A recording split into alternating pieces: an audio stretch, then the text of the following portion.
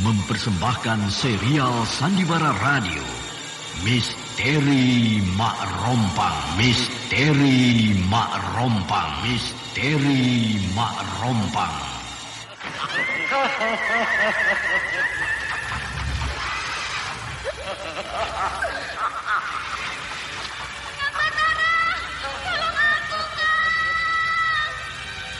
Cepat kemari, Wulan.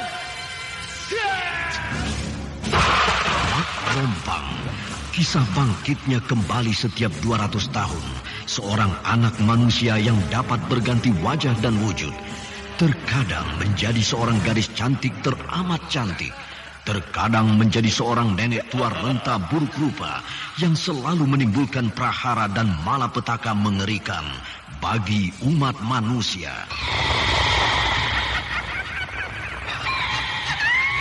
Bahaya, kita dalam bahaya. Sudah, cepat tinggalkan tempat ini. Cepat. Tunggu, Kamira. Aku mau menutup warung dulu. Jangan pikirkan warungmu, pikirkan nyawamu. Hei, menjauh. Tuk Tunggal bilang menjauh. Takut itu berapa panas. Tuk Tunggal ada di mana, Wira? Tuk Tunggal berada di dalam kabut. Hei, menyingkir semua. Menyingkir keluar dari desa.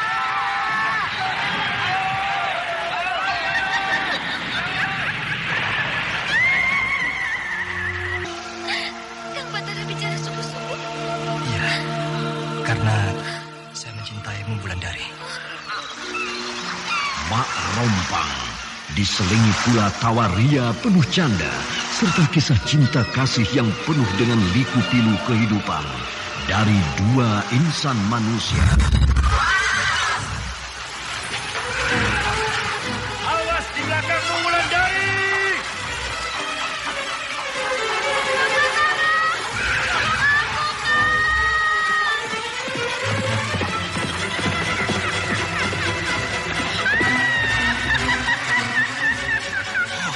Celaka, Wulandari dibawa lari Mak Rompang. Dia.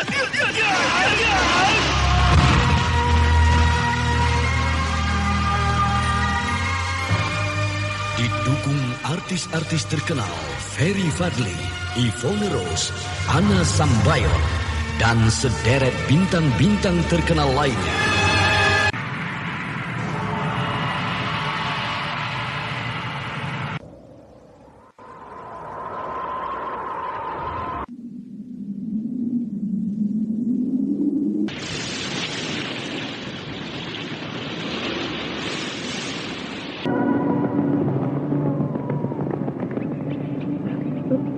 Nah, kau dengar suara burung-burung kematian itu? Lihat, kereta kuda itu naik ke angkasa. Kalau bukan kereta kuda siluman, tidak mungkin dia bisa naik ke angkasa seperti itu. Iya.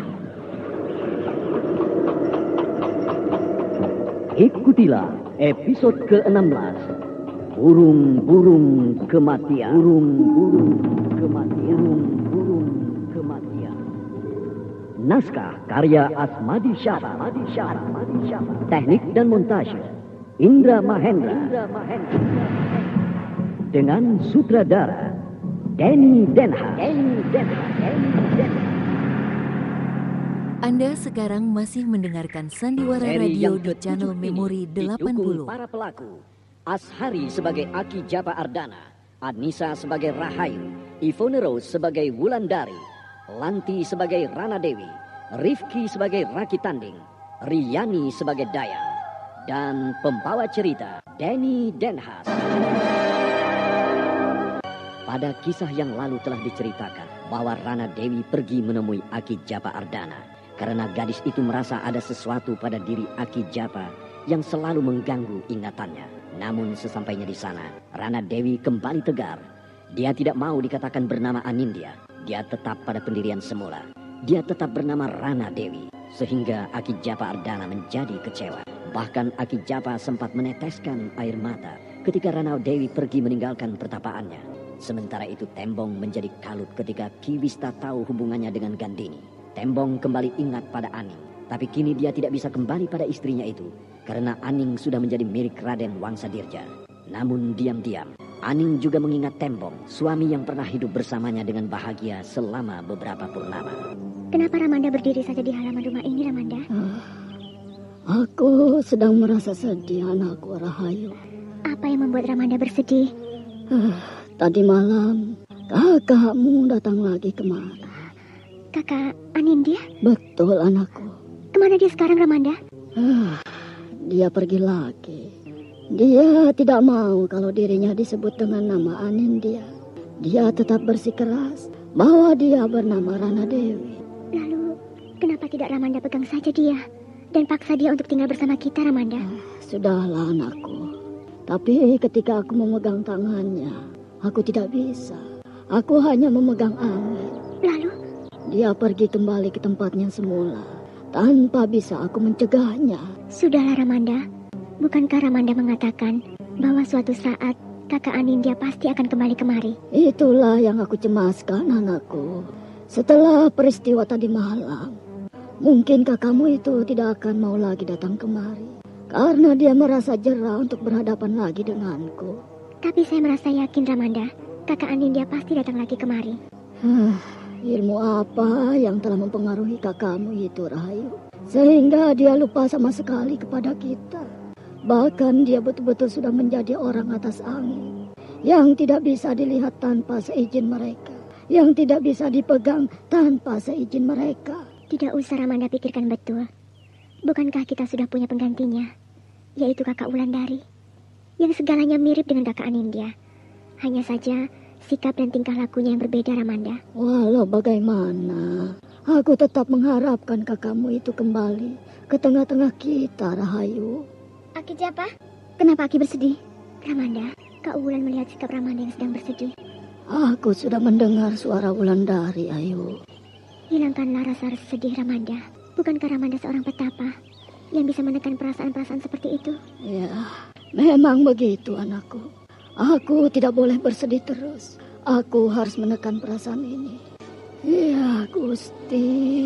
Aki Japa Ardana, apa yang telah terjadi pada diri Aki Japa? Aku bertemu dengan anakku, Anindya, tadi malam, Wulandari. Anindya datang kemari? Iya, Wulan. Dia berdiri persis di hadapanku sekarang ini. Jadi sejak pertemuan Aki Japa dengan Anindya, Aki Japa belum beranjak dari tempat ini? Belum sejengkal pun aku bergeser dari sini sejak tadi malam. Berarti pertemuan itu sangat mengesankan bagi Aki Japa. Dan sekaligus mengecewakan aku, Wulan. Kenapa begitu, Aki? Ya, karena anakku itu sudah sedemikian rupa teringat dengan ilmu orang-orang atas angin, sehingga aku pun tidak bisa memegang tangannya.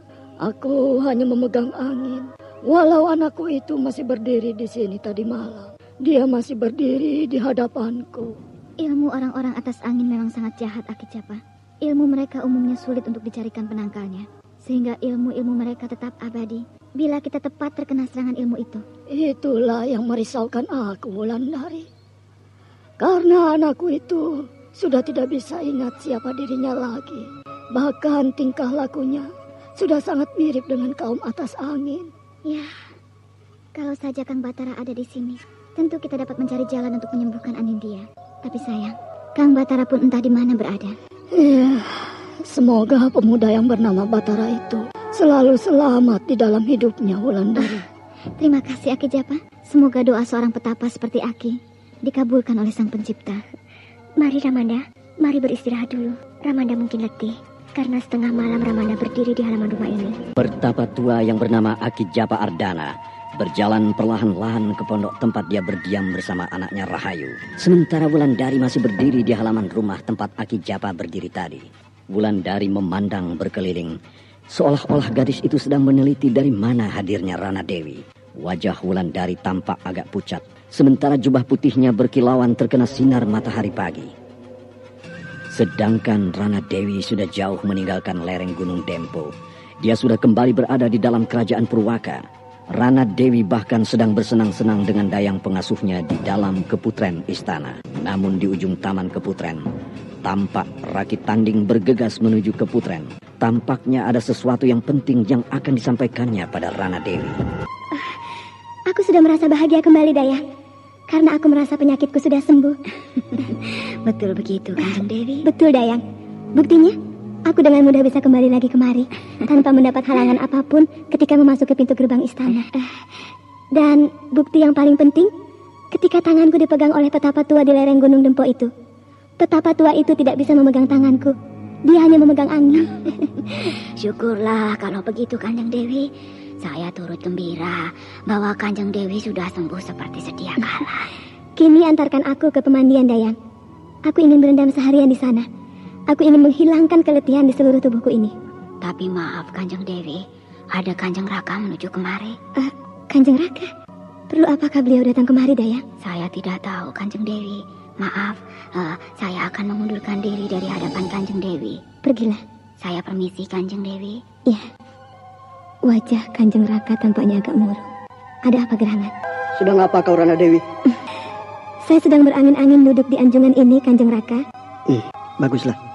Berita apa yang Kanjeng Raka bawa kemari, Kanjeng? Sehingga Kanjeng Raka meluangkan waktu datang ke keputren ini. Ada suatu hal yang akan aku sampaikan padamu, Rana Dewi. Hal apakah itu, Kanjeng Raka? Pertama-tama, aku ingin bertanya padamu. Tapi Kanjeng Raka silakan duduk dulu. Bukankah tidak baik seorang raja berdiri saja tanpa dipersilakan duduk oleh adiknya? Terima kasih. Kau adalah adik yang baik. Rana Dewi. Iya, Kanjeng Raka. Dari mana kau tadi malam? Saya dari lereng Gunung Dempo. Ada apa, Kanjeng Raka? Dari tempat petapa tua yang bernama Aki Japa Ardana. Betul sekali, Kanjeng Raka. Adikku, mulai hari ini, kau aku larang untuk pergi ke sana lagi. Bahkan mulai hari ini, kau aku larang untuk turun ke dunia sana. Karena sangat berbahaya bagi keselamatanmu. Anda sekarang masih mendengarkan Sandiwara Radio di channel Memori 80. Betul. Saya sudah sembuh, Kanjeng Raka. Saya sudah sembuh sama sekali. Bahkan tadi saya kembali ke istana ini dengan enteng, tanpa arangan suatu apapun. Justru itu yang membuatmu dalam bahaya, Rana Dewi. Karena kekuatanmu sudah habis. Kalau kau sudah kembali lagi ke sana, maka kau tidak akan bisa kembali lagi kemari. Kau akan tinggal di bumi sana, kekal untuk selamanya. Saya sudah sembuh, Kanjeng Raka. Saya sudah sembuh sama sekali. Itu hanya sembuh sesaat. Bahaya sedang mengancammu. Adikku, diamlah di dalam istana ini. Dan jangan kemana-mana. Aku kakakmu dan sekaligus rajamu. Perintah seorang raja tidak bisa ditolak oleh siapapun, termasuk oleh adikku sendiri. Baik, Kanjeng Raka. Saya akan taati perintah Kanjeng Raka. Memang harus kau taati, Rana Dewi. Apa iya, Dayang? Penyakitku bertambah berbahaya. Bahkan aku tidak akan bisa kembali lagi kemari bila penyakit itu kambuh lagi. Kenapa Kanjeng Dewi bertanya begitu pada saya? Kanjeng Raka yang bilang begitu padaku tadi siang, sehingga aku tidak diperkenankan lagi untuk pergi ke dunia sana.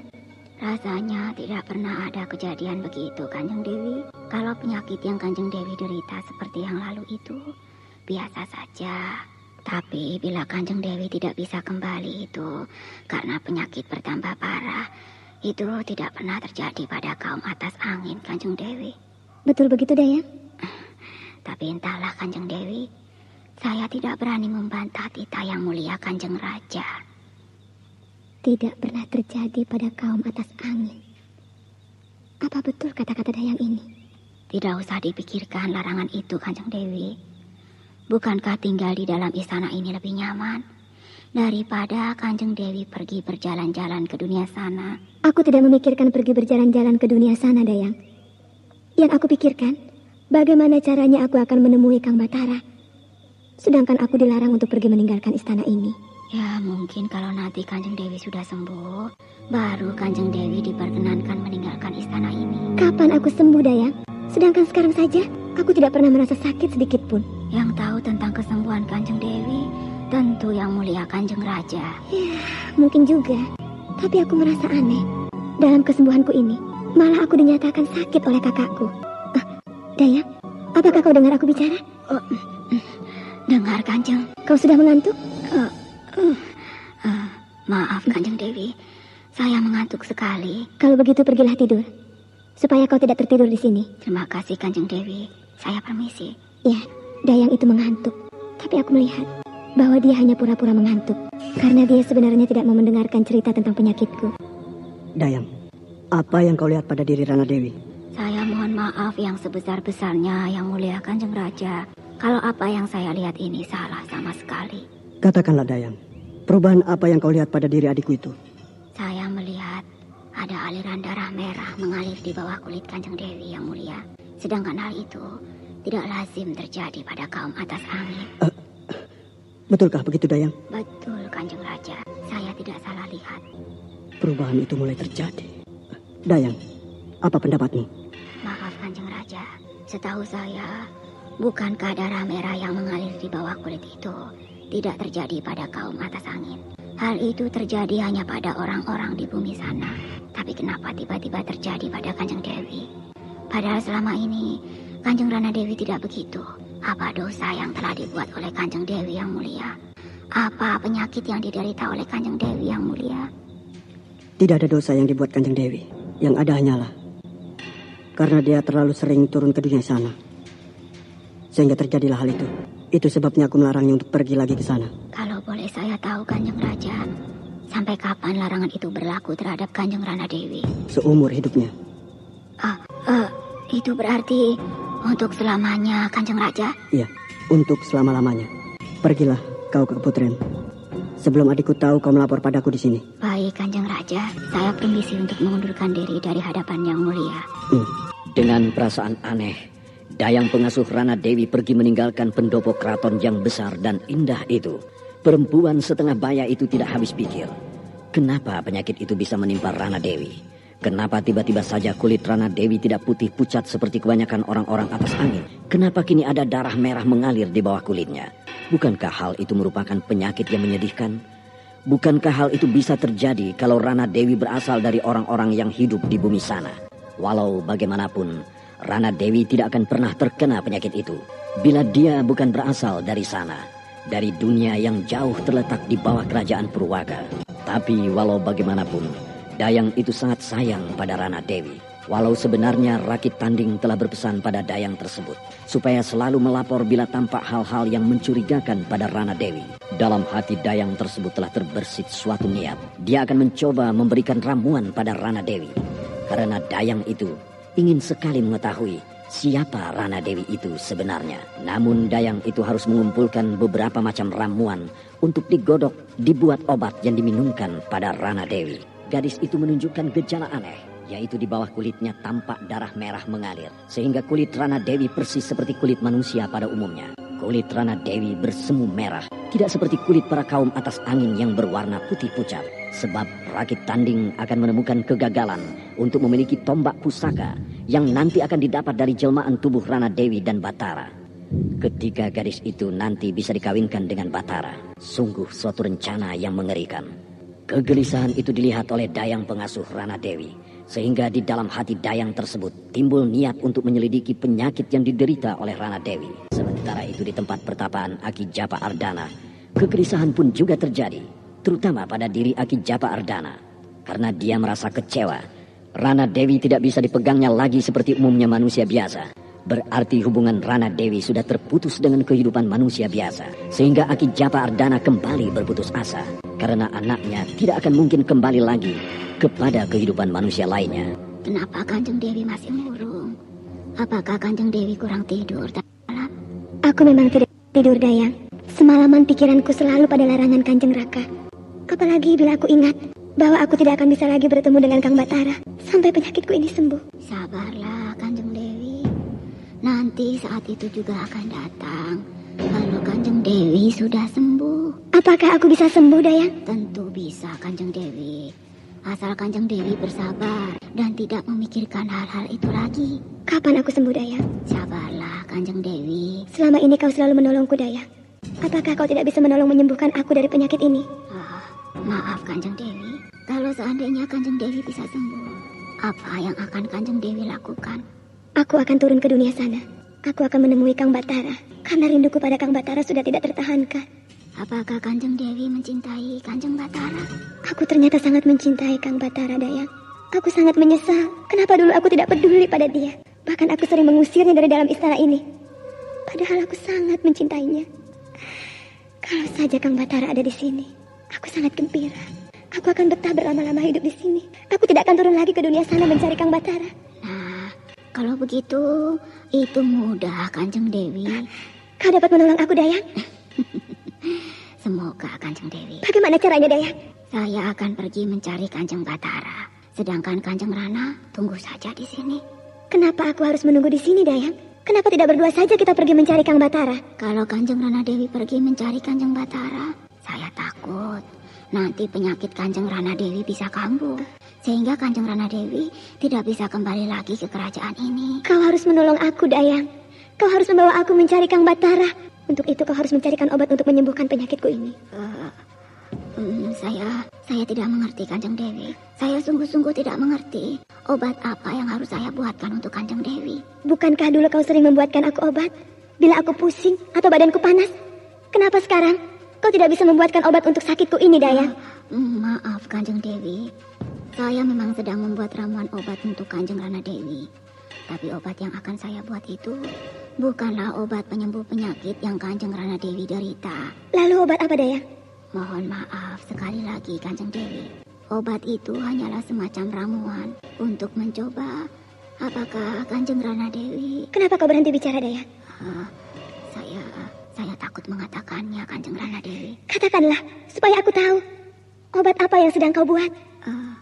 Apakah Kanjeng Rana Dewi tidak akan marah kalau saya katakan khasiat obat itu? Bila obat itu untuk kesembuhanku, untuk apa aku marah? Tidak ada obat yang tidak untuk penyembuhan, Kanjeng Rana. Kalau obat itu akhirnya membunuh atau mencelakakan, pasti bukan obat, tapi itu tentu racun. Baik, katakanlah khasiat obat yang kau buat itu, Dayang. Iya, tapi maaf, Kanjeng Dewi. Apakah Kanjeng betul-betul tidak akan marah bila saya katakan khasiat obat itu? Aku berjanji tidak akan marah. Obat yang sedang saya buat itu adalah obat untuk membuang pengaruh ilmu sihir orang-orang atas angin terhadap Kanjeng Rana Dewi. Tapi saya sangat takut untuk memberikannya pada Kanjeng Dewi. Takut kalau Kanjeng Dewi tidak mau meminumnya. Aku masih tidak mengerti maksudmu, Dayang. Karena tidak akan mungkin kalau aku terkena sihir orang-orang atas angin. Karena ilmu orang-orang atas angin sudah aku ketahui seluruhnya. Bahkan kerajaan inilah sumber segala ilmu sihir. Kerajaan ini beserta penghuninya lah sumber dari segala ilmu kebanggaan orang-orang atas angin. Dan apakah aku masih juga terkena sihir? Lalu siapa yang menyihirku? Seberapa hebatkah ilmunya sampai aku bisa terkena sihir? Dan untuk apa dia menyihir aku? Itulah yang tidak saya ketahui, Kanjeng Rana Dewi. Sebelum Kanjeng Rana Dewi meminum obat yang saya buat nanti. Baik, kalau aku sudah meminum obat ramuan itu, lalu bagaimanakah aku nanti? Sembuhkah aku? Tentu akan sembuh, Kanjeng Rana Dewi. Kalau memang Kanjeng Rana Dewi berasal dari orang-orang atas angin, maka pulihlah segala ilmu sihir yang mempengaruhi Kanjeng Dewi. Tapi kalau Kanjeng Rana Dewi bukan berasal dari orang-orang atas angin, maka Kanjeng Rana akan kembali pada wujud semula, yaitu sebagai manusia biasa. Jadi kau menganggap aku bukan berasal orang-orang atas angin, sehingga kau berani membuatkan obat seperti itu untukku? Maaf, Kanjeng Rana Dewi. Bukankah sejak semula sudah saya katakan bahwa saya memohon dengan sangat agar Kanjeng Rana Dewi tidak marah pada saya bila saya ceritakan khasiat obat yang sedang saya buat. Tapi ternyata Kanjeng Rana Dewi melanggar janji. Kanjeng Rana Dewi marah terhadap saya. Kalau Kanjeng Rana Dewi tidak bersedia meminum obat yang sedang saya buat, saya juga tentu tidak berani memaksanya, Kanjeng Rana. Maafkan atas kelancangan saya ini. Tapi semua ini demi kebaikan dan keselamatan Kanjeng Rana Dewi sendiri. Kau bicara sungguh-sungguh, Dayang? Saya bicara sungguh-sungguh, Kanjeng Rana Dewi. Semua ini demi rasa hormat dan terima kasih saya terhadap Kanjeng Dewi. Apalagi saya sudah mengabdi sedemikian lama terhadap Kanjeng Rana Dewi. Apakah perlu aku percaya pada Dayang ini? Apakah perlu aku minum obat yang sedang dibuatnya itu? Baiklah, Dayang. Aku akan pikirkan dulu apa yang telah kau katakan padaku itu. Terima kasih, Kanjeng Rana Dewi. Namun saya mohon supaya rencana saya ini jangan disampaikan pada Yang Mulia Kanjeng Raja. Kalau Yang Mulia Kanjeng Raja tahu rencana saya ini, maka saya pasti akan mendapat hukuman yang berat, sehingga Kanjeng Dewi tidak akan bisa keluar dan selamat dari penyakit yang sedang Kanjeng Dewi derita sekarang ini. Kata-katamu terasa aneh bagiku, Dayang. Aku bertambah tidak mengerti. Saya mengaturkan hormat sekali lagi, Kanjeng Rana Dewi. Apalagi yang Anda sekarang masih mendengarkan Sandiwara Radio di channel Memori 80. Karena obat ini adalah ramuan obat milik nenek moyang kita juga. Tapi Kanjeng Raja tidak membolehkan saya membuat ramuan obat ini untuk Kanjeng Rana Dewi. Sehingga saya menjadi heran. Padahal Kanjeng Rana Dewi sedang sakit berat. Tapi aku tidak merasa sakit sedikit pun, Dayang. Tampaknya memang tidak, Kanjeng Rana Dewi. Tapi sebenarnya Kanjeng Rana Dewi memang betul-betul sakit. Aneh. Saya permisi, Kanjeng Dewi. Iya. Kata-kata Dayang itu mengandung arti yang aneh bagiku, sehingga aku bertambah tidak mengerti apa sakit yang aku derita sekarang ini. Lama Rana Dewi merenung tentang dirinya. Makin dia merenung, semakin jelas bayangan Batara di pelupuk mata, sehingga membuat Rana Dewi kembali gelisah. Bahkan tampaknya Rana Dewi tidak bisa menahan rindu terhadap pemuda yang telah merenggut perasaan cintanya, sehingga dia menangis terisak. Apalagi ketika terbayang baginya lereng Bukit Rantau, Rana Dewi semakin sendu. Terasa ada sesuatu yang membuat dia menjadi rindu. Namun dia tidak bisa mengingatnya dengan baik. Hanya sekilas pintas masa lampau melintas dalam ingatannya. Sementara itu di bawah sana, di dunia tempat manusia biasa menghirup udara bebas, Rakit Tanding sedang berjalan. Dia berjalan mencari jejak Batara yang sudah lama tidak diketahuinya. Sehingga dia terpaksa bertanya ke sana kemari. Aku akan bertanya pada orang-orang di alun-alun ini. Siapa tahu dia mengenal Batara. Maaf Kisanak. Iya. Apakah Kisanak kenal dengan pemuda yang bernama Batara? Batara? Siapa pemuda yang Kisanak maksudkan? Batara itu kawan akrab saya. Maksudku, dari padukuhan mana asal pemuda yang Kisanak cari? Saya kurang begitu tahu. Aneh. Tadi Kisanak bilang bahwa Batara itu adalah kawan Kisanak. Tapi Kisanak tidak tahu dari mana asalnya. Saya kenal di jalan dengan dia, sehingga saya tidak tahu dari mana asal desanya. Apakah dia itu seorang prajurit Singasari? Mungkin. Jawaban Kisanak selalu ragu-ragu. Tapi kalau Kisanak yakin dia itu seorang prajurit Singasari, tanyakan saja pada perwira yang berdiri di bawah pohon beringin itu. Perwira itu pasti tahu. Baiklah, terima kasih. Iya. Pemuda yang aku tanya tadi berbisik-bisik pada kawannya. Mungkin dia sedang menceritakan aku, karena pertanyaanku tadi agak aneh terdengar olehnya. Aku tidak peduli. Walau pertanyaanku tadi memang agak aneh. Aku bertanya tentang Batara, yang aku sendiri tidak tahu ciri-ciri Batara itu. Aku tidak tahu dari mana asal-usulnya. Aku tidak tahu pekerjaannya. Padahal aku mengaku kawan akrab Batara.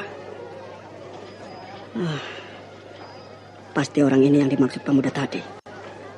Pakaian orang ini memang seperti seorang prajurit kerajaan. Maaf, Kisanak. Ada apa? Apakah Kisanak kenal dengan Batara? Kisanak ini siapa? Saya kawannya. Kawan satu padukuhan dengan Batara? Iya. Kami satu padukuhan sejak kecil. Kalau begitu, datanglah nanti sore di barak pasukan Singasari. Jadi, Kisanak kenal dengan Batara? Kalau Batara yang berasal dari padukuhan Semboja, tentu aku kenal. Dia adalah anak buahku di dalam pasukan kerajaan. Rasanya Batara bukan berasal dari padukuhan Semboja. Batara yang aku kenal berasal dari seberang lautan. Kisanak ragu-ragu. Apakah Kisanak salah alamat? Batara yang aku cari memang Batara yang berada di dalam pasukan Kisanak. Nah, datanglah nanti sore. Baik, terima kasih. Batara, hai. Kau nampak mulai bosan berada di barak pasukan ini. Aku memang sudah bosan, karena hari keberangkatan yang aku tunggu-tunggu belum juga datang. Kau ini aneh, Batara. Seluruh pasukan malah senang karena keberangkatan ditunda terus. Tapi kau sendiri yang gelisah. Bahkan semakin hari semakin kecewa. Kenapa, Batara? Karena aku sudah rindu pada kampung halamanku. Terutama rindu pada kawan-kawanku. Kalau begitu rindumu akan terobati, Batara. Karena sebentar lagi akan datang seorang kawanmu dari padukuhan Semboja yang akan menemuimu di sini. Kawanku dari padukuhan Semboja? Siapa namanya, Huti? Aku lupa menanyakan namanya. Tapi katanya dia kawanmu sejak kecil. Betul begitu? Betul. Aku bertemu dengan pemuda itu di alun-alun tadi siang. Pakaiannya rapi. Bahkan dia lebih mirip seorang bangsawan daripada seorang pemuda yang berasal dari satu padukuhan kecil. Aku tidak pernah punya kawan waktu kecil di padukuhan Semboja. Karena aku kecil tidak tinggal di sana. Tapi aku tidak boleh mengatakan hal ini pada Huti. Nanti dia menjadi curiga padaku. Pasti ini suatu tipu daya. Aku harus berhati-hati. Kapan orang itu akan datang kemari, Huti? Sore ini. Perlu aku tunggu sampai berhati-hati. Itu, kawanmu datang, Batara. Rakit Tanding. Betul dia kawanmu sejak kecil di padukuhan Semboja? Betul, Huti. Temuilah dia. Karena para pengawal tidak membolehkan dia masuk kemari. Baik, terima kasih. Pasti Rakit Tanding mencariku. Hanya persoalan adiknya Rana Dewi. Batara. Rakit Tanding. Maaf, aku tidak bisa masuk menemuimu di sana. Karena aku tidak mendapat izin dari pengawal. Iya, itu memang sudah menjadi peraturan di barak ini, Rakit Tanding. Harap kau maklum. Tidak apa-apa. Apa kabarmu? Baik. Berkat doamu. Dan apa kabarmu, Rakit Tanding? Tentu kau membawa suatu kabar penting untukku. Sampai kau susah-susah datang mencariku kemari. Memang betul dugaanmu, Batara. Ada kabar yang akan aku sampaikan padamu. Lama Batara memandang pada Rakit Tanding yang sejak tadi banyak mengumbar senyum. Tetapi perasaan Batara agak berdebar. Karena pasti dia akan mendengar kabar yang tidak dia sukai. Kabar apa yang akan kau sampaikan padaku, Rakit Tanding? kabar tentang adikku Rana Dewi. Kenapa Rana Dewi? Rana Dewi sakit. Oh, kasihan. Tentu sekarang dia sudah agak sembuh. Bahkan Rana Dewi semakin parah sakitnya. Itu sebabnya aku datang kemari menemuimu, Batara. Lalu, apa yang bisa aku lakukan untuk kesembuhan adikmu, Rakit Tanding? Marilah ikut aku ke kerajaanku. Lalu temui Rana Dewi. Karena siang malam hanya namamu saja yang disebutnya. Aneh. Bukankah kalau dia ingin bertemu denganku, dia bisa datang kemari? Dia tidak bisa datang kemari. Karena dia sakit, Batara. Rasanya dia bisa datang kemari, Rakit Tanding. Apalagi kalian bukanlah manusia biasa seperti aku ini. Kemana saja kalian mau, kalian bisa datang. Bahkan Rana Dewi sudah melakukannya beberapa kali untuk menemuiku di sini. Dia sudah tidak bisa turun dari pembaringannya, Batara. Sakitnya sangat parah. Tolonglah aku, Batara. Tapi sakitnya itu kan bukan karena aku penyebabnya. Aku tidak tahu, Batara. Tapi sebaiknya kau datanglah. Supaya ada perubahan sakit adikku. Marilah, Batara. Ikutlah aku. Sekarang ke kerajaan Purwaka. Aku yakin. Begitu adikku melihat kehadiranmu, maka dia pasti akan sembuh. Kalau aku tidak datang, aku merasa berdosa. Karena sakit Rana Dewi hanya bisa sembuh bila aku hadir di hadapannya. Bagaimana, Batara? Baiklah, aku akan datang. Kalau begitu, ikutlah dengan aku sekarang. Supaya kita cepat sampai di kerajaanku. Sekarang aku belum bisa ke sana, Rakit Tanding. Kenapa belum bisa? Bukankah kau sudah mengatakan akan pergi ke sana, Batara? Aku baru bisa setelah besok sore. Karena kami di sini sedang menunggu perintah dari Raja Singasari. Sehingga sore ini kami tidak diperkenankan untuk meninggalkan barak ini. Batara, lalu bagaimana dengan nasib adikku? Sakitnya sangat parah, Batara. Aku tidak bisa berbuat banyak, Rakit Tanding. Aku tidak berani melanggar perintah Raja. Apalagi sakit adikmu itu bukan aku penyebabnya. Tapi namamu disebut-sebutnya terus, Batara. Ya, apa boleh buat, Rakit Tanding. Besok sore aku baru bisa ikut denganmu ke sana. Ya, baiklah. Besok sore aku akan menjemputmu kemari. Ya, itu jalan yang terbaik. Batara, aku pergi dulu. Silakan, Rakit Tanding. Besok sore aku tunggu kau di sini. Baik. Aku merasa aneh dengan kejadian yang menimpa Rana Dewi. Kenapa dia sakit? Lalu kenapa dia memanggil-manggil namaku? Seolah-olah sakitnya itu akulah penyebab. Ada-ada saja. Batara. Kau Huti? Kawanmu tadi ternyata orang kaya. Kuda tunggangannya saja sangat bagus. Pasti kuda itu mahal harganya. Kuda? Iya kan? Kawanmu itu menunggang kuda kan? Iya. Rupanya oleh laki-laki ini, Rakit Tanding tampak datang dan pergi menunggang kuda yang bagus. Sedangkan aku melihat Rakit Tanding pergi dan hilang begitu saja. Aku jadi maklum. Karena Rakit Tanding bukan manusia biasa. Nah, Batara, keinginanmu akan tercapai. Keinginan? Keinginan apa, Huti? Besok pagi pasukan kita akan berangkat menuju kerajaan Dharmasraya. Berkemas-kemaslah dari sekarang. Tapi Huti, ada apa, Batara? Apakah betul perintah itu? Perintah ini langsung dari Yang Mulia Maharaja Kertanegara. Tapi besok sore kawanku tadi akan datang menemuiku di sini, Huti. Tidak ada yang berani menolak perintah Maharaja Kertanegara, Batara. Penolakan berarti kematian. Baiklah, aku akan berkemas-kemas. Dari sore hingga malam hari, seluruh pasukan di barak prajurit itu sudah bersiap-siap, termasuk Batara, terutama mempersiapkan barang-barang kebutuhan dalam peperangan nanti. Ketika semuanya sudah siap, maka barang-barang itu diperiksa kembali oleh komandan pasukan masing-masing. Ketika malam sudah sangat larut, maka seluruh pasukan sudah tertidur dengan nyenyak. Hanya Batara yang masih belum bisa memejamkan matanya. Pikiran pemuda itu masih tertuju pada Rana Dewi, karena dia pasti tidak akan bisa memenuhi janjinya untuk datang ke tempat gadis itu. Janji bagi Batara adalah suatu kewajiban yang harus dipenuhi. Namun kali ini tampaknya mustahil untuk bisa memenuhinya. Akhirnya, Batara tidak mau memikirkan hal itu lagi. Yang dia pikirkan adalah kampung halamannya sendiri. Karena dengan berangkat besok pagi, berarti Batara sudah semakin dekat ke kampung halaman yang sudah cukup lama ditinggalkannya. Batara dan seluruh pasukan Singasari sudah berbaris rapi di alun-alun kerajaan. Panji-panji kebesaran sudah ditegakkan. Sementara Yang Mulia Raja Kertanegara sudah berdiri di pendopo kerajaan menghadap ke alun-alun. Tersungging senyum di bibir Yang Mulia Raja Kertanegara melihat kesiapan pasukan tempurnya. Lalu dengan rasa bangga yang dalam, Yang Mulia Raja Kertanegara melepas pasukannya pergi menuju kerajaan Dharmasraya yang terletak di seberang lautan. Semuanya itu dilakukan Yang Mulia Raja Kertanegara untuk membendung serangan dari pasukan Tartar yang menurut pasukan Sandi sudah akan datang menyerbu ke sana. Pasukan tempur Singasari mulai bergerak meninggalkan alun-alun, sehingga perlahan-lahan debu mulai mengepul ke udara. Sementara Yang Mulia Raja Kertanegara mengepalkan tangannya, pertanda Singasari tidak akan melepaskan sejengkal tanah yang sudah di bawah kekuasaannya kepada siapapun. Ketika hari sudah agak tinggi, ketika matahari sudah mulai bersinar terik, barulah hilang barisan belakang pasukan Singasari dari pandangan mata. Karena begitu panjangnya barisan yang pergi ke medan perang itu. Begitu Batara sampai kemari nanti sore, Aku tidak akan membiarkannya lagi pergi meninggalkan kerajaan ini. Aku akan tawan dia. Lalu aku paksa dia untuk kawin dengan Rana Dewi. Sehingga tubuh mereka akhirnya akan hancur dan lebur menjadi senjata pusaka kerajaan ini. Tubuh mereka akan menjadi sebuah tombak beserta sarungnya. Maka jayalah kerajaanku ini. Karena tombak pusaka itu sudah akan terwujud. Kenapa Kanjeng Raka tersenyum-senyum sendiri? Apakah ada yang membuat perasaan Kanjeng Raka bahagia? Aku bahagia. Karena nanti sore Batara akan datang kemari Rana Dewi. Nanti sore? Ya. Kang Batara datang nanti sore? Ya. Kau juga bahagia kan? Dari mana Kanjeng Raka tahu? Aku sudah bertemu Anda sekarang masih mendengarkan Sandiwara Radio di channel Memori 80. Untuk aku bawa kemari. Akhirnya terobati juga rasa rinduku. Kau suka kan kalau Batara kemari Rana Dewi? Tentu saja suka Kanjeng Raka. Karena saya sangat rindu padanya. Itu sebabnya aku bawa dia kemari. Karena kau sedang sakit. Sehingga kau tidak akan bisa menemuinya ke sana. Kanjeng Raka katakan bahwa saya sedang sakit? Iya.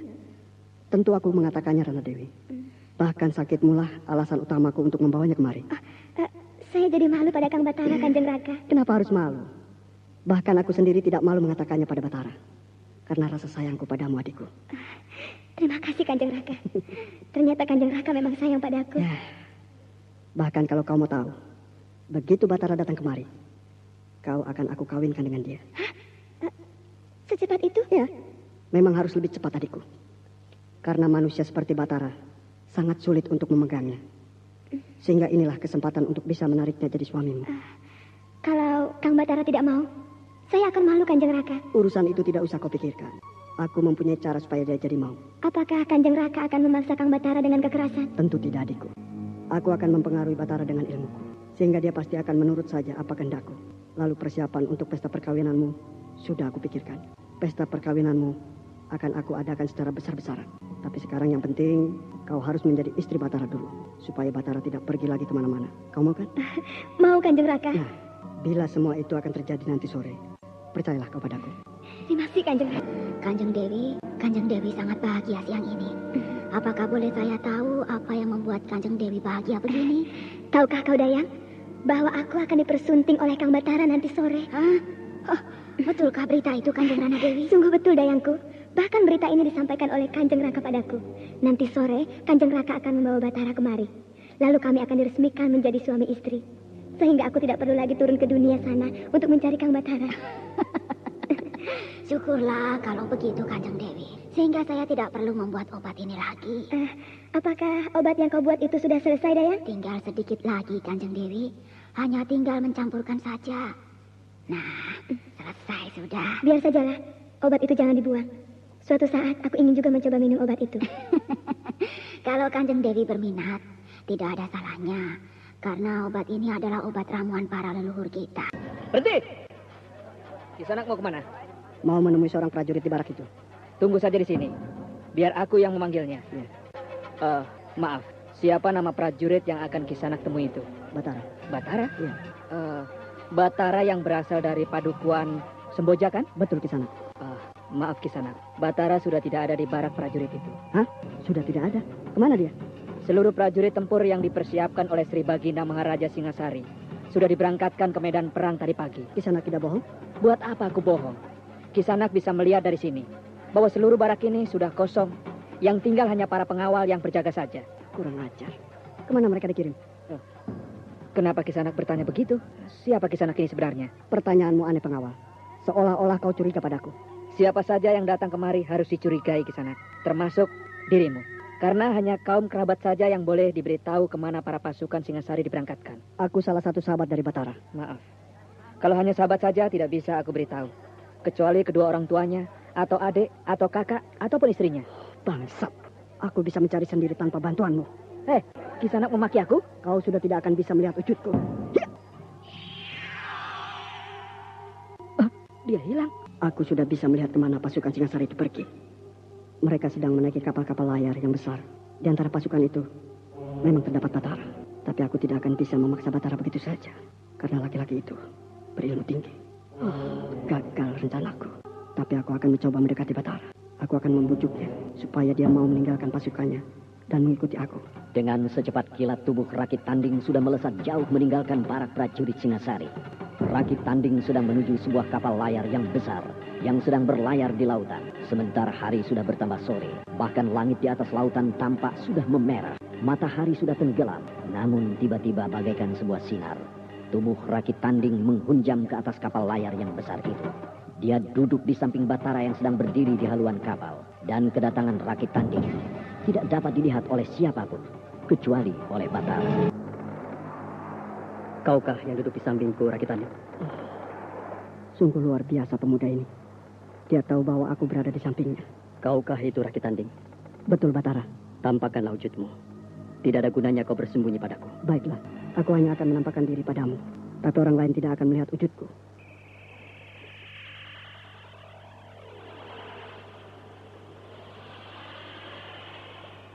Ini aku, Batara. Aku sudah menduga bahwa kau pasti akan datang kemari. Dan aku mohon maaf, karena aku tidak bisa memenuhi permintaanmu. Aku harus pergi ke medan perang. Rakit Tanding sedang mencari upaya agar Batara bisa dibawanya ke kerajaan Purwaka. Sementara Batara masih saja memandang Rakit Tanding yang berdiam diri. Kekecewaan Rakit Tanding tampak membayang di mukanya. Karena sore itu dia tidak berhasil membawa Batara pulang ke kerajaannya. Di istana Purwaka, Rana Dewi sedang menunggu kedatangan Rakit Tanding dengan perasaan harap-harap cemas. Karena hari itulah penentuan masa depannya. Hari itulah dia akan dipersunting oleh Batara. Apakah kau tidak bisa meninggalkan kapal ini, Batara? Sebentar saja. Supaya adikku bisa melepaskan rindunya padamu. Supaya adikku bisa sembuh. Aku tidak bisa, Rakit Tanding. Aku tidak bisa meninggalkan tugasku begitu saja. Maafkan aku. Karena aku terpaksa tidak bisa memenuhi janjiku padamu. Batara, kau pergi ke istanaku tidak lama. Hanya sebentar saja. Setelah itu, kau akan aku antar kemari lagi. Ayolah. Maaf, Rakit Tanding. Aku betul-betul tidak bisa meninggalkan kapal ini. Karena setiap saat peperangan bisa saja terjadi. Sehingga seluruh pasukan harus bersiap siaga. Perang di tengah laut ini? Iya. Kalau tiba-tiba kapal kami ini bertemu dengan kapal musuh, tentu akan terjadi perang di tengah laut ini. Akan aku pengaruhi jiwa Batara ini. Supaya dia tunduk padaku. Kau jangan pengaruhi aku, Rakit Tanding. Aku tidak suka dengan caramu seperti ini. Maaf, Batara. Aku tidak sengaja. Betul-betul seorang yang berilmu tinggi. Sehingga dia tahu apa yang aku lakukan. Batara, aku pergi. Pergilah. Orang-orang atas angin itu. Mereka selalu memaksakan kehendak mereka padaku. Hari sudah malam, Dayang. Tapi Kanjeng Raka belum juga muncul bersama Kang Batara. Apakah Kanjeng Raka mendapat halangan? Mungkin yang mulia Kanjeng Rakit Tanding masih dalam perjalanan, Kanjeng Dewi. Sabarlah. Biasanya Kanjeng Raka tidak pernah ingkar pada janjinya. Sehingga aku merasa bahwa Kanjeng Raka mendapat halangan. Tidak mungkin, Kanjeng Dewi. Bukankah hari sudah larut malam, Dayang? Sedangkan Kanjeng Raka berjanji akan datang pada sore hari. Benar juga ya. Jangan-jangan Kanjeng Raka gagal membawa Kang Batara kemari, Dayang? Tidak mungkin, Kanjeng Dewi. Segala yang tidak mungkin akan menjadi mungkin bila kita berhadapan dengan Kang Batara, Dayang. Karena pemuda itu bukanlah manusia biasa. Dia adalah laki-laki yang berilmu tinggi. Sehingga sulit kita menebak apa yang akan terjadi bila berhadapan dengan dia. Tapi kan yang mulia Kanjeng Rakit Tanding berilmu tinggi, Kanjeng Dewi. Walaupun Kanjeng Raka berilmu tinggi, apalagi berhadapan dengan Kang Batara di bumi sana. Sehingga Kang Batara akan lebih unggul. Kanjeng Dewi seolah-olah sudah mengetahui bahwa yang mulia Kanjeng Rakit Tanding sedang perang tanding dengan Batara. Hanya dugaan saja, Dayang. Dan tidak mungkin ada halangan lain yang dihadapi oleh Kanjeng Raka. Kecuali halangan dari Kang Batara. Lebih baik kita tunggu saja, Kanjeng Rana Dewi. Dari semula aku sudah duga bahwa Kanjeng Raka akan gagal. Tapi memang lebih baik kita tunggu saja kedatangan Kanjeng Raka. Dengan wajah yang murung, Rana Dewi duduk di pembaringan. Sementara Dayang pengasuhnya duduk di tepi pembaringan sambil memijit-mijit kaki Rana Dewi yang bagus dan indah. Sementara jari-jari kakinya halus dan mulus. Dan setiap Dayang itu memijit betis kaki Rana Dewi, tampak ada darah merah mengalir di bawah kulit betis yang bagus itu. Sehingga perasaan Dayang bertambah cemas. Karena dia tahu pasti bahwa yang mengalami hal semacam itu bukanlah orang-orang yang berasal dari atas angin. Akan tetapi adalah manusia biasa. Sehingga kuat dugaan Dayang itu bahwa Rana Dewi bukanlah asli berasal dari atas angin, tetapi manusia biasa yang telah terkena sihir yang hebat. Sehingga Rana Dewi persis menyerupai orang-orang atas angin. Bahkan ilmu yang dimiliki Rana Dewi pun tidak kalah hebatnya dengan kaum atas angin yang lain. Namun Dayang tersebut menyimpan saja perasaannya itu. Dia tidak ungkapkan kepada Rana Dewi. Dia takut gadis itu akan jatuh sakit lagi memikirkan hal tersebut. Di tempat lain, di dalam kamar istana Purwaka, Rakit Tanding juga sedang duduk. Rakit Tanding sebenarnya sudah lama sampai di kerajaan itu. Tapi dia sengaja tidak menemui Rana Dewi karena dia sudah gagal membawa Batara ke dalam kerajaannya. Dia diam bagaikan patung, sementara matanya nanar memandang jauh. Ambisinya untuk mendapatkan tombak pusaka untuk dijadikan jimat kerajaan terasa mulai hilang. Tombak pusaka akan menjelma dari tubuh Rana Dewi dan Batara bila kedua orang itu menjadi pengantin. Walau dia belum putus asa, sehingga dia sedang berpikir keras bagaimana caranya untuk menundukkan Batara. Lalu Batara dibawanya ke dalam kerajaan Purwaka. Raki Tanding. Aki Jana? Ya, aku. Aki Jana suami Nyerupas bukan? Tidak salah kata-katamu. Akulah Ki Jana, penguasa Dusun Karang Biru dan Dusun Karang Angin. Maafkan saya Ki Jana. Saya tidak tahu kehadiran Ki Jana. Dengan ini saya haturkan sembah kehadapan Ki Jana. Duduklah. Jangan menyembah terus seperti itu. Perintah Ki Jana akan saya patuhi. Tentu kedatangan Ki Jana kemari mengandung arti yang penting bagi saya. Ya, tidak salah kata-katamu, Raki Tanding. Apa yang akan Ki Jana sampaikan pada saya, Ki Jana? Kau sudah tahu siapa dirimu, Raki Tanding? Sejak saya lahir, saya sudah tahu siapa saya, Ki Jana. Dan kau tahu apa hubunganmu dengan aku? Tahu, Ki Jana. Saya adalah keponakan Ki Jana. Karena Ki Jana tidak mempunyai anak, maka saya beserta kakak saya, Indang Dewi, sudah Ki Jana anggap sebagai anak sendiri. Ya. Ingatanmu masih bagus. Hanya satu yang tidak kau ingat, Raki Tanding. Kalau boleh saya tahu, apakah itu Ki Jana? Pesan. Aku sudah berpesan pada Indang Dewi bahwa kalau dia ingin memerintah di Dusun Karang Biru, maka dia harus bertapa selama 50 tahun. Baru boleh dia kembali ke Karang Biru. Dan itu sudah dilaksanakannya dengan baik. Sehingga dalam waktu dekat, dia akan aku resmikan sebagai penguasa Karang Biru.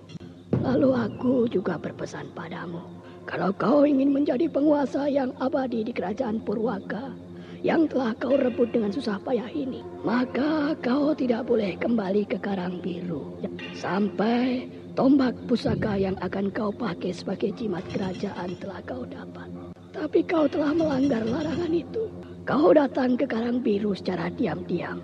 Walau penduduk Karang Biru tidak tahu. Tapi aku tahu, Raki. Sehingga kau menemui kegagalan untuk mendapatkan tombak pusaka itu, Raki Tanding. Maafkan saya, Ki Jana. Hal itu saya lakukan karena saya sudah putus asa. Sehingga saya merasa perlu untuk bertukar pikiran dengan Kakanda Indang Dewi. Tapi kau telah melanggar larangan yang aku tetapkan. Sehingga aku anggap gagal untuk mendapatkan tombak pusaka. Padahal kalau kau dapat memiliki tombak itu, maka kau akan menjadi kuat dan hebat. Karena tombak itu terbuat dari kekuatan Batara yang berilmu tinggi dan Rana Dewi yang halus dan cantik. Maafkan saya, Ki Jana. Berilah saya kesempatan sekali lagi untuk bisa mendapatkan tombak itu. Saya akan membujuk Batara untuk datang kemari. Kau sudah kuanggap sebagai anak sendiri. Kesempatan selalu aku berikan padamu. Hanya aku datang kemari untuk mengatakan bahwa kau tidak akan bisa mendapatkan tombak itu. Karena larangan yang aku tetapkan sudah kau langgar. Padahal saya masih ingin berusaha untuk membawa Batara kemari, Ki Jana. Usahamu akan sia-sia, Raki Tanding. Kalau kau tidak percaya, kau boleh mencoba. Lalu, bagaimana nasibku dengan kerajaan ini, Ki Jana? Kau tidak akan kekal di sini. Suatu saat akan ada yang lain menggantikanmu memerintah di kerajaan ini. Ada yang datang. Aku pergi, Raki Tanding. Ayo! Ki Jana sudah pergi, tapi aku akan tetap berusaha untuk mendapatkan Batara. Aku tidak boleh gagal. Kanjeng Raka! Kanjeng Raka! Rana Dewi. Kanjeng Raka bicara dengan siapa? Dengan Kang Batara ya? Aku tidak bicara dengan siapa-siapa. Masuklah, kalau kau tidak percaya. Tidak ada siapa-siapa. Kau anggap ada Batara di dalam kamarku ini, Rana Dewi? Tadi saya mendengar Kanjeng Raka bicara dengan seseorang di dalam kamar ini. Sehingga saya menduga, tentu Kanjeng Raka sedang bicara dengan Kang Batara. Tidak ada Batara kan di dalam kamar ini? Lalu mana Kang Batara, Kanjeng Raka? Bukankah Kanjeng Raka berjanji akan membawa Batara selepas senja tadi? Batara tidak ada di barak prajurit Singasari, Rana Dewi adikku. Lalu, kemana Kang Batara, Kanjeng? Dia telah ditugaskan untuk pergi berlayar menuju medan peperangan. Lalu, kenapa Kanjeng Raka tidak memaksanya kemari? Batara bukanlah manusia biasa yang dapat kita permainkan begitu saja, Rana Dewi. Dia itu manusia yang berilmu tinggi, sehingga sulit bagi kita untuk melakukan hal itu. Lalu, bagaimana dengan saya, Kanjeng? Kau tidak usah cemas, adikku. Besok pagi aku akan pergi lagi membujuk Batara untuk dibawa kemari. Kanjeng Raka. Kanjeng Rana Dewi mau kemana? Aku sedih, Dayang. Kanjeng Raka berjanji Anda akan sekarang menemukan masih Batara mendengarkan Sandiwara Radio di channel Kanjeng Raka Memori belum juga 80. pergi. Kanjeng Raka masih mundar-mandir di pendapat kerajaan. Tapi Kanjeng Rana Dewi mau kemana? Aku akan cari sendiri, Kang Batara. Aduh, Kanjeng Dewi, jangan pergi meninggalkan istana ini. Kanjeng Rana Dewi dalam keadaan sakit. Nanti Kanjeng Rana Dewi mendapat bahaya. Aku tidak takut pada bahaya, Dayang. Aku ingin pergi mencari sendiri Kang Batara. Karena Kanjeng Raka tidak ada usaha untuk pergi mencarinya. Ingat, Kanjeng Rana Dewi. Ingat pesan yang mulia Kanjeng Raja. Kanjeng Rana Dewi tidak boleh meninggalkan kerajaan ini. Aku tidak peduli dengan pesan itu lagi, Dayang. Aku harus pergi. Kalau aku terus berada di dalam kerajaan ini, aku bisa mati. Hit! Kanjeng Rana Dewi! Jangan pergi, Kanjeng! Rana Dewi sudah tidak tahan menderita menahan rindu, dikungkung dan dijanjikan begitu. Sehingga dia pergi meninggalkan istana kerajaan Purwaka untuk mencari Batara. Tubuhnya melayang jauh ke bawah, lalu mendarat di lereng Bukit Rantau. Sementara di kejauhan, Dayang pengasuhnya juga ikut mengejar Rana Dewi. Dayang tersebut mengejar hanya karena kasihan dan cemas atas keselamatan junjungannya. Sehingga dalam jarak yang tidak begitu jauh, Dayang itu juga sampai di lereng Bukit Rantau. Tapi Dayang tersebut tidak mau mengganggu Rana Dewi. Dia hanya memperhatikan dari jauh saja. Aneh, kenapa setiap aku pergi ke bumi ini, langkahku selalu sampai di lereng Bukit Rantau ini? Apa arti lereng Bukit Rantau ini bagiku? Iya, rasanya dulu aku pernah bermain-main di sini. Bahkan aku bermain-main dengan seorang gadis yang lain. Dan gadis itu mungkin sebaya umurnya dengan aku. Bahkan aku merasa bahwa aku pernah tinggal di sini. Tidak mungkin, aku tidak pernah hidup di sini. Aku tidak pernah tinggal di sini. Yang aku tahu, bahwa aku hanya tinggal di dusun Karangbiru dan di kerajaan Purwaka. Hanya itu yang aku tahu. Tapi rasanya, dulu ada rumah di sebelah sana. Nah, betul. Ini masih ada bekas rumah itu. Walaupun penghuninya sudah tidak ada. Kenapa perasaanku jadi begini? Kenapa perasaanku jadi sedih begini ketika aku melihat sudut rumah ini? Kalau tidak salah, di sini aku menanamkan suatu benda. Tapi benda apa yang aku tanam ya? Oh iya, aku menanamkan kalungku di dalam tanah ini. Aku ingin buktikan, apakah kalung itu masih ada atau tidak. Kalau tidak ada, berarti itu hanya mimpi belaka. Tapi kalau ada, berarti aku pernah hidup di sini. Kalung, aku menemukan sebuah kalung. Dan kalung ini adalah kalung milikku. Tapi kapan aku memiliki kalung ini ya? Dan untuk apa aku kubur kalung ini di sini? Aku tidak bisa mengingatnya lagi. Akan aku pakai kalung ini di leherku. Kalung ini pas sekali di leherku. Rasanya dulu ada seorang perempuan yang membelikan kalung ini untukku di pasar. Kenapa aku jadi sedih begini? Seperti merasakan ada yang hilang di dalam hidupku. Kenapa aku jadi begini? Apa hubunganku dengan kalung ini? Aku ingin mencari Kang Batara. Mungkin kalau aku berada di sampingnya, rasa sedihku akan berkurang. Kaukah yang datang itu, Rana Dewi? Betul, Kang Batara. Tampakkanlah wujudmu. Baik, saya akan tampakkan wujud saya hanya untuk Kang Batara saja, bukan untuk orang lain.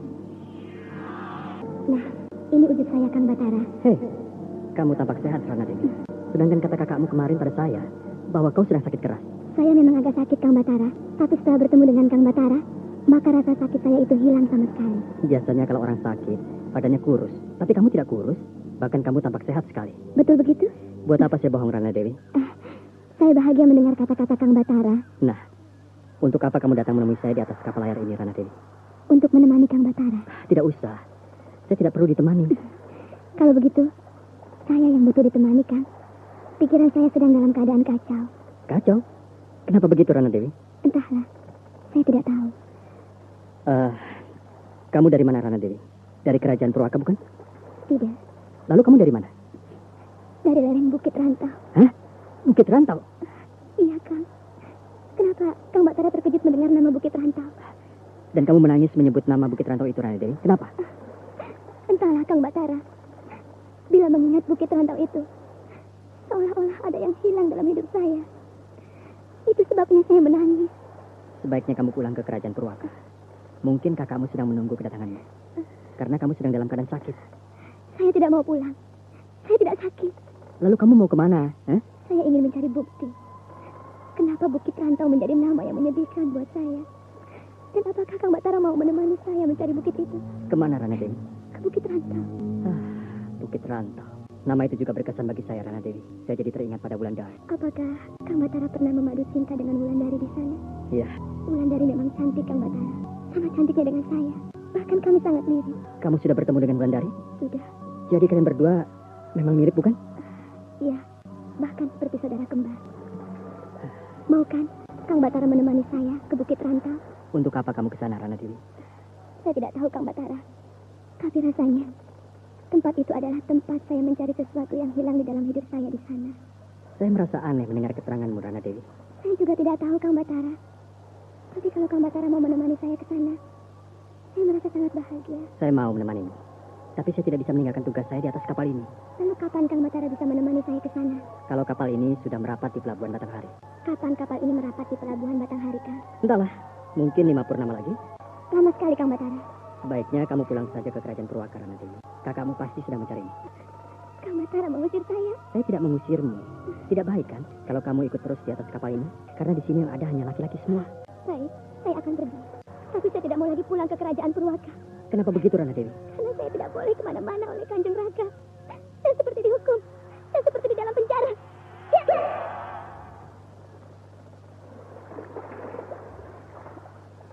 Rana Dewi sudah pergi. Tampaknya gadis itu dalam kesusahan. Kasihan juga dia. Kang Batara, saya menunggu Kang Batara di lereng Bukit Rantau. Walau sampai kapanpun. Dia belum pergi jauh.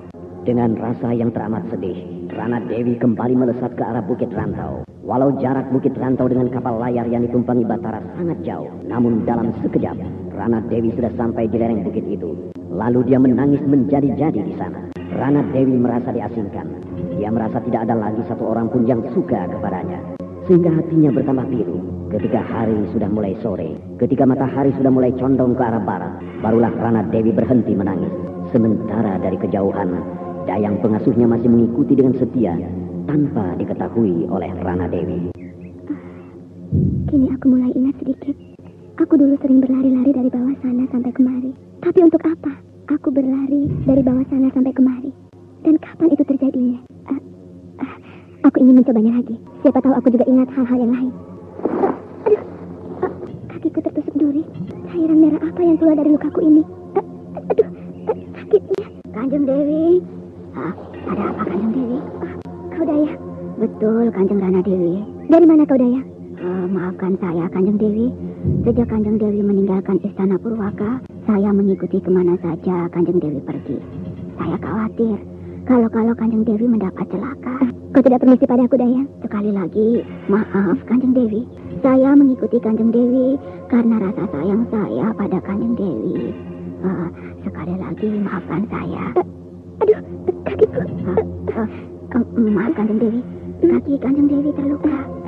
Tapi dari lukaku itu keluar cairan berwarna merah, Dayang. Kenapa bisa begitu? Kanjeng Dewi, saya sudah menduga siapa Kanjeng Dewi sebenarnya. Inilah buktinya. Apa maksudmu, Dayang? Kenapa kakiku ini? Dan apa yang kau duga tentang diriku? Maaf, Kanjeng Dewi. Sebenarnya Kanjeng Dewi memang sakit, seperti yang dikatakan Yang Mulia Kanjeng Raja. Mana buktinya aku sakit, Dayang? Luka di kaki Kanjeng Dewi itu buktinya. Luka itu mengeluarkan cairan berwarna merah. Aduh, apakah betul begitu, Dayang? Betul, Kanjeng Dewi. Apakah kau bisa mengobati penyakitku ini, Dayang? Obat satu-satunya adalah ramuan yang saya buat itu, Kanjeng Dewi. Kalau Kanjeng Dewi bersedia meminumnya, akan saya berikan. Aku bersedia meminum ramuan obatmu itu, Dayang. Tapi ada satu hal yang akan saya sampaikan pada Kanjeng Dewi. Apakah itu? Bila Kanjeng Dewi selesai meminum obat itu, lalu tiba-tiba Kanjeng Dewi tidak bisa lagi kembali ke kerajaan Purwaka, apakah Kanjeng Dewi mau hal itu terjadi? Aku bersedia, Dayang. Asalkan penyakitku ini bisa sembuh. Dan juga aku tidak mau kembali lagi ke kerajaan Purwaka. Aku tidak mau dikurung lagi oleh Kanjeng Raka di sana. Apakah Kanjeng Dewi tidak menyesal? Aku lebih suka hidup di bumi ini, Dayang, daripada hidup di dalam istana yang seolah-olah menjadi penjara bagiku. Baiklah, Kanjeng Dewi. Ini obatnya. Minumlah. Hanya sebutir kecil ini, Dayang? Betul, Kanjeng Dewi. Di dalam butiran kecil itu sudah terkandung segala ramuan yang saya buat. Baik, akan kuminum. Mana air untuk meminum obat ini? Ini Kanjeng Dewi. Aku tidak merasa ada perubahan apa-apa. Sebentar lagi, Kanjeng Dewi akan merasakan perubahan akibat dari obat itu. Dayang, kenapa tiba-tiba perutku mual? Kenapa tiba-tiba kepalaku pusing? Itu pertanda obat yang Kanjeng minum mulai bekerja. Dayang, aku mau muntah. Aduh. Katakan saja Kanjeng Dewi, karena di dalam tubuh Kanjeng Dewi sudah penuh dengan racun yang dicampur dengan ilmu sihir orang-orang atas alam. Silakan keluarkan. Aduh, ini terasa berputar Dayang.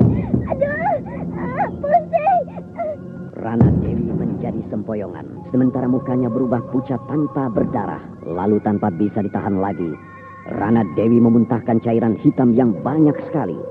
Dan setelah itu dia juga memuntahkan darah segar, sehingga tubuhnya menjadi lemas. Kini Rana Dewi duduk tanpa tenaga. Namun rasa mual dan pusing di kepalanya sudah hilang. Yang tinggal hanya letih dan lesu. Perlahan-lahan Rana Dewi memperhatikan sekeliling tempat dia duduk. Tiba-tiba kenangan masa lampau jelas kembali dalam ingatannya. Semua masa lalu menjadi terang kembali terbayang di pelupuk mata. Maka perlahan-lahan dia menyebut suatu nama. Nama yang selama ini tidak pernah diucapkannya lagi. Dan perlahan-lahan air mata menetes dari kelopak matanya yang indah. Jatuh satu-satu, bagaikan manik-manik yang bening. Sementara Dayang pengasuh masih duduk bersimpuh di hadapan gadis cantik yang tiada taranya itu. Ramanda Japa Ardana. Adikku Rahayu. Kenapa aku begini? Di mana Ramanda kini berada? Kanjeng Dewi. Kanjeng Rana Dewi. Kenapa aku jadi begini, Ramanda Japa Ardana? Kanjeng Rana Dewi. Siapa kau? Siapa namamu? Saya Dayang pengasuh Kanjeng Rana Dewi sendiri. Apakah Kanjeng lupa pada saya? Aku punya Dayang pengasuh. Betul, Kanjeng Rana Dewi. Saya adalah Dayang pengasuh Kanjeng Rana Dewi. Namaku Rana Dewi. Betul, Kanjeng. Bukan, itu bukan namaku. Aku bernama Anindya. Selama ini, Kanjeng bernama Rana Dewi. Kanjeng Rana tinggal di kerajaan Purwaka di balik awan. Sedangkan rajanya bernama Raki Tanding. Anda sekarang masih mendengarkan Sandiwara Radio di channel Memori 80. Aku pernah mendengar nama Raki Tanding itu. Baru saja Kanjeng Rana Dewi meminum obat yang saya buat, sehingga Kanjeng Rana Dewi memuntahkan cairan hitam itu. Kini Kanjeng Rana Dewi sudah sembuh. Walau Kanjeng Rana Dewi sudah tidak bisa kembali lagi ke kerajaan Purwaka, Kanjeng. Karena ternyata Kanjeng Rana Dewi bukan berasal dari orang-orang atas angin seperti saya ini. Kanjeng Rana Dewi berasal dari manusia biasa. Iya ya, aku pernah tinggal di dalam kerajaan yang indah. Rajanya bernama Raki Tanding, dan aku diangkat adik oleh dia. Bahkan, namaku digantinya menjadi Rana Dewi. Betul sekali, Kanjeng Dewi. Dan kau adalah Dayang pengasuhku, bukan? Iya, betul sekali, Kanjeng. Dayangku, aku sekarang sudah sembuh. Aku merasa sudah terbebas dari belenggu yang selama ini mengikatku. Sehingga aku merasa lahir kembali ke atas bumi ini. Saya sangat bahagia dengan kesembuhan Kanjeng Rana Dewi. Namun sayang, Kanjeng Rana Dewi tidak bisa kembali lagi ke kerajaan Purwaka. Karena kekuatan Kanjeng Rana Dewi sudah habis untuk hal itu. Aku tidak memikirkan lagi untuk bisa kembali ke sana, Dayang. Yang aku pikirkan, bagaimana caranya aku bisa bertemu dengan Ramanda Japa Ardana. Karena disinilah dulu ibuku dibunuh. Lalu aku diculik oleh laki-laki yang bernama Lambano. Tapi aku sempat menguburkan kalung ini di sana, Dayang. Karena aku berpikir kalung ini tidak boleh aku bawa. Kalung ini mahal harganya dan dibeli oleh ibuku dengan susah payah. Aku ingat ibuku dibunuh oleh laki-laki itu. Pantas selama ini aku selalu sedih bila melihat lereng bukit rantau ini, Dayang. Sudahlah, Kanjeng Rana Dewi. Semuanya sudah berlalu. Kini Kanjeng Rana Dewi sudah bebas dari pengaruh sihir Lambano. Kenapa kau selalu memanggilku dengan Rana Dewi, Dayang? Bukankah nama asliku adalah Anindya? Maaf, Kanjeng. Sulit bagi saya untuk merubah panggilan itu. Karena itu sekali lagi, maafkan saya, Kanjeng Rana Dewi. Apakah aku masih pantas disebut Kanjeng? Kenapa tidak, Kanjeng Rana Dewi? Kini aku sedang memikirkan kemana aku harus pergi. Karena keluargaku sudah tidak ada di tempat ini. Bukankah Kanjeng pernah pergi ke tempat seorang pertapa yang bernama Japa Ardana? Seorang pertapa? Iya. Dan dia adalah Ramandaku, Dayang. Saya ingat, Kanjeng. Karena Kanjeng pernah bercerita pada saya di Kaputen dulu. Iya, mari Daya, kita pergi ke lereng Gunung Dempo. Di sana mereka berdiam sekarang. Dengan segala senang hati, saya akan menemani Kanjeng Rana Dewi. Yang bahagia namun gelisah. Rana Dewi yang sebenarnya bernama Anindya bangkit dari duduknya. Dia ingin pergi ke lereng Gunung Dempo yang letaknya sangat jauh. Mari Kanjeng Rana, kita berangkat pergi ke lereng Gunung Dempo untuk mencari Ramanda Kanjeng Rana Dewi. Jangan panggil aku dengan panggilan Rana Dewi. Panggillah aku dengan nama asliku, Anindya. Maaf Kanjeng, susah saya merubah kebiasaan yang sudah lama saya lakukan ini. Sekali lagi, maafkan saya. Ayo Daya, mari kita berangkat ke lereng Gunung Dempo. Baik Kanjeng. Ya. Ya. Kenapa aku jadi begini, Daya? Kenapa aku tidak bisa lagi membumbung ke angkasa seperti yang kau lakukan itu? Bukankah sudah saya katakan sejak semula, Kanjeng, bahwa Kanjeng Rana tidak akan bisa lagi seperti saya ini. Karena kekuatan Kanjeng untuk hal semacam ini sudah hapus. Karena Kanjeng bukanlah orang atas angin lagi, tapi Kanjeng berasal dari manusia biasa. Oh, iya. Rupanya aku memang bukan berasal dari orang-orang atas angin seperti kalian. Aku berasal dari manusia biasa. Tapi aku bahagia, Daya. Aku bisa kembali pada hidupku yang sebenarnya. Ya. Mari Kanjeng, mari saya temani Kanjeng berjalan kaki menuju lereng Gunung Dempo. Tapi kita harus turun ke desa itu, Daya. Jalan lain rasanya tidak ada. Kanjeng tahu nama desa itu? Tahu. Desa itu bernama Desa Tegalsari. Anindya mulai menuruni lereng Bukit Rantau perlahan-lahan. Sementara Dayang pengasuh mengikutinya dari belakang. Dayang itu tampak masih setia. Walau Anindya bukanlah Rana Dewi yang dulu lagi. Anindya sudah kembali pada dirinya semula. Diri yang lemah lembut sebagai anak pertama dari Aki Japa Ardana. Hanya bedanya, Anindya yang sekarang tampak lebih dewasa. Bahkan cara dia berjalan menunjukkan bahwa dia bukanlah gadis kebanyakan. Akan tetapi gadis yang juga menyimpan ilmu yang aneh. Ilmu yang tidak dimiliki oleh orang biasa. Karena di dalam tubuh Anindya sudah tersimpan sebuah ilmu kedikjayaan yang selama ini dipelajarinya di kerajaan Purwaka. Ilmu kedikjayaan yang hanya berasal dari orang-orang atas angin. Ketika lama mereka berjalan, dahi Anindya mulai dibasahi oleh keringat. Sementara Dayang pengasuhnya tidaklah demikian. Tapi tampaknya gadis cantik bagai bidadari itu sangat bahagia. Karena dia merasa dirinya hidup kembali di alam dunia yang sebenarnya. Sehingga tanpa disadarinya, Anindya berjalan sambil berdendang kecil. Dendang yang selalu dinyanyikan sewaktu dia masih kecil dulu oleh almarhumah ibunya. Di desa Tegalsari tampak sebuah kereta kuda yang indah keluar dari halaman rumah Ki Sabrang. Di dalam kereta kuda itu duduk Aning bersama dengan bapaknya Ki Rambat. Mereka akan menghirup udara sore berkeliling desa Tegalsari. Penduduk desa yang berpapasan dengan kereta kuda kita ini selalu memberi hormat membungkukkan badan mereka. Karena mereka semua tahu kau ada di dalam kereta kuda ini. Aku risih dihormati seperti ini, Pak. Kau ini aneh, Ani. Orang lain selalu ingin berharap dihormati seperti ini. Tapi kau malah sebaliknya. Karena aku tidak mendapat kebahagiaan hidup seperti ini, Pak. Kemana-mana aku tidak boleh sendiri. Harus selalu dikawal. Apapun yang aku lakukan, tidak boleh tanpa sepengetahuan Raden Wangsa. Apakah hidup semacam ini tidak membosankan, Pak? Sementara Raden Wangsa Dirja sudah jarang pulang melihatku. Kita sudah hidup di dalam lingkungan kaum bangsawan, Ani. Sehingga peraturan-peraturan kaum bangsawan harus kita ikuti. Dan kita tidak bisa hidup sebagaimana layaknya hidup orang kebanyakan lagi, Ani. Itu harus kau patuhi. Kalau kau kembali hidup sebagaimana kita hidup dulu, apakah kau mau kita selalu dililit kemiskinan? Apakah kau mau kita selalu dililit hutang yang tidak pernah habis-habisnya? Ya tidak mau, Pak. Nah, kalau begitu terimalah hidup seperti sekarang ini, Ani. Jangan menggerutu lagi. Kenapa perempuan muda itu tidak mau membungkukkan badannya ketika kereta kuda ini melewatinya, Ani? Sedangkan orang-orang lain selalu berbuat begitu. Perempuan muda yang mana, Pak? Itu, yang itu tuh. Hah? Bukankah itu kakak Wulandari? Berhenti, Ki. Berhenti. Hentikan kereta kuda ini sebentar. Iya, Den Ayu. Nah, Aki Kusir tunggu sebentar ya. Jangan kereta kuda ini dijalankan dulu. Baik, Den Ayu, baik. Kau mau kemana, Aning? Mau menemui kakak Wulandari, Pak. Kau ini tidak usah turun. Panggil saja dia kemari. Aku tidak mau dikatakan sombong oleh kakak Wulan, Pak. Kak! Kak Wulan! Kak Wulandari! Kakak! Kak Wulan. Kisanak bicara dengan siapa? Dengan saya? Kak Wulan mempermainkan aku? Siapa yang Kisanak maksud dengan Wulandari? Kak Wulan jangan main-main terus. Saya jadi malu kalau begini. Maaf Kisanak, nama saya bukan Wulandari. Nama saya Anindya. Anindya? Sejak kapan Kak Wulandari berganti nama dengan Anindya? Saya sejak lahir bernama Anindya, bukan Wulandari. Mungkin Kisanak salah lihat. Salah lihat? Apa betul aku salah lihat? Iya ya, Kisanak tidak mempunyai tai lalat di tepi bibir, sedangkan Kak Wulandari mempunyai tai lalat di tepi bibirnya. Maaf ya, aku memang salah lihat. Tapi Kisanak sangat mirip dengan Kakak Wulandari. Permisi. Iya.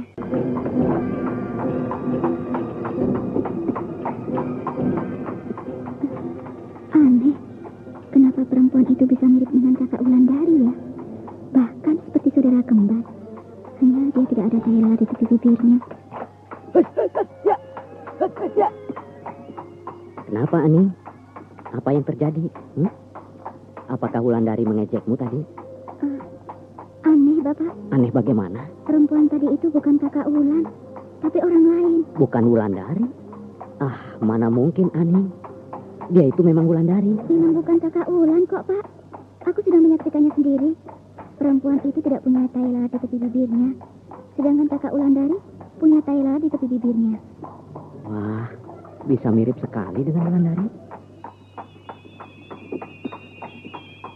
Kereta kuda yang dinaiki oleh Aning dan Ki Rambat sudah jauh dari tempat semula.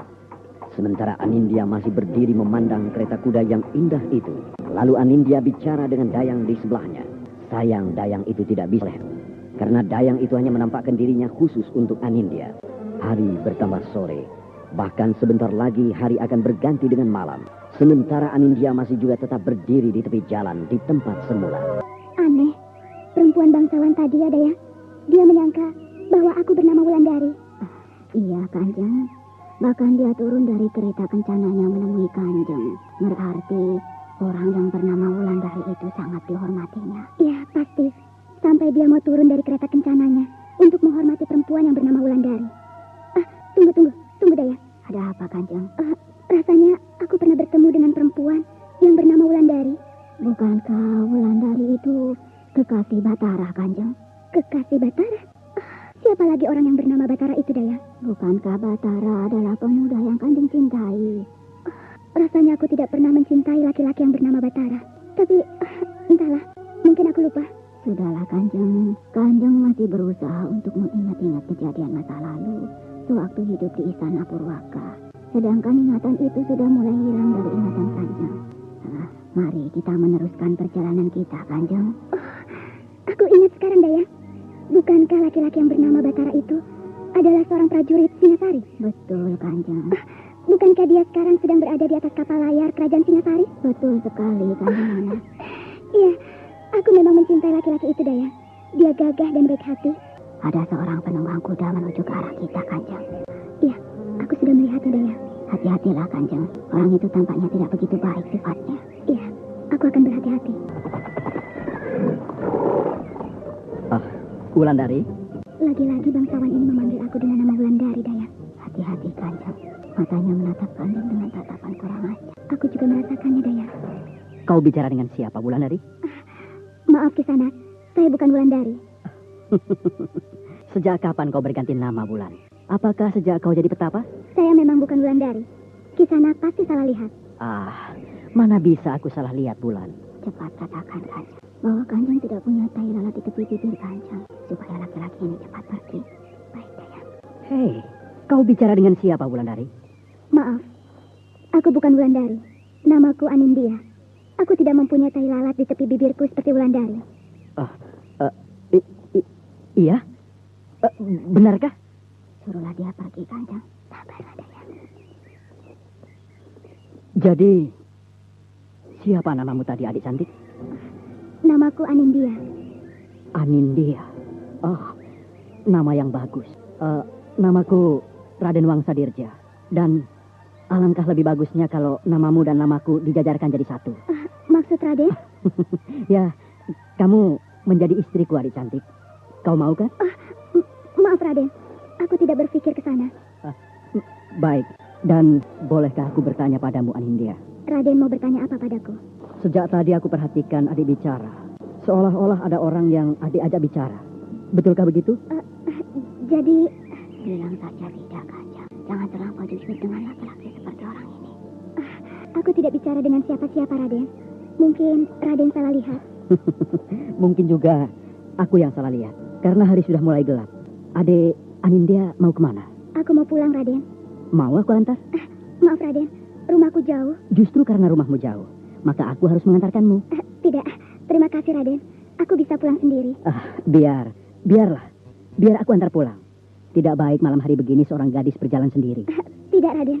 Aku sudah biasa pulang sendiri. Sudahlah, ayolah. Tidak usah malu. Daripada kau nanti dapat bahaya. Kemana dia? Kenapa dia tiba-tiba menghilang? Apa yang kau lakukan, Daya? Menutupi Kanjeng, supaya laki-laki ini tidak bisa melihat Kanjeng lagi. Kau ada-ada saja. Baru kali ini aku mengalami hal seperti ini. Apakah gadis tadi bukan manusia?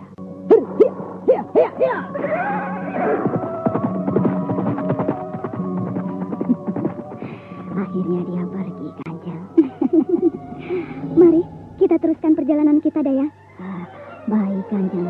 Dengan rasa lega, keduanya meneruskan perjalanan mereka. Yang satu jelas terlihat oleh siapapun. Sedangkan Dayang pengasuh itu tidak tampak oleh orang lain kecuali oleh Anindya. Hari sudah bertambah gelap. Bahkan lampu-lampu pelita setiap rumah penduduk sudah dinyalakan. Tetapi keduanya masih berjalan terus. Bahkan sampai mereka di suatu tempat. Persis di muka rumah Atik dan Parta. Keduanya berhenti karena Anindya sudah merasa letih. Iya, Daya. Ada apa Kanjeng berhenti? Letihkah Kanjeng berjalan? Ya, sedikit. Kalau begitu, kita berhenti di sini saja, Kanjeng. Baiklah. Keduanya berhenti melepaskan lelah di jalan yang sepi. Persis di depan rumah Parta dan Atik. Sementara sepasang mata yang mengerikan sedang memperhatikan mereka. Nah, pendengar yang berbahagia, ikutilah lanjutan kisah ini esok hari pada waktu dan gelombang yang sama. Demikianlah tadi serial Sandiwara Radio Misteri Mak Rompang episode ke-16 Burung-Burung Kematian, dipersembahkan oleh Denhas Adia Suara bekerja sama dengan PT Sinar Effendi Murni, produsen tablet obat kuat Aladina, obat terlambat bulan Menpas Kapsul, tablet obat kuat dan pegal linu Duta Rema, dan jamu godok Cap Gorilla. Terima kasih atas perhatian Anda. Sampai jumpa.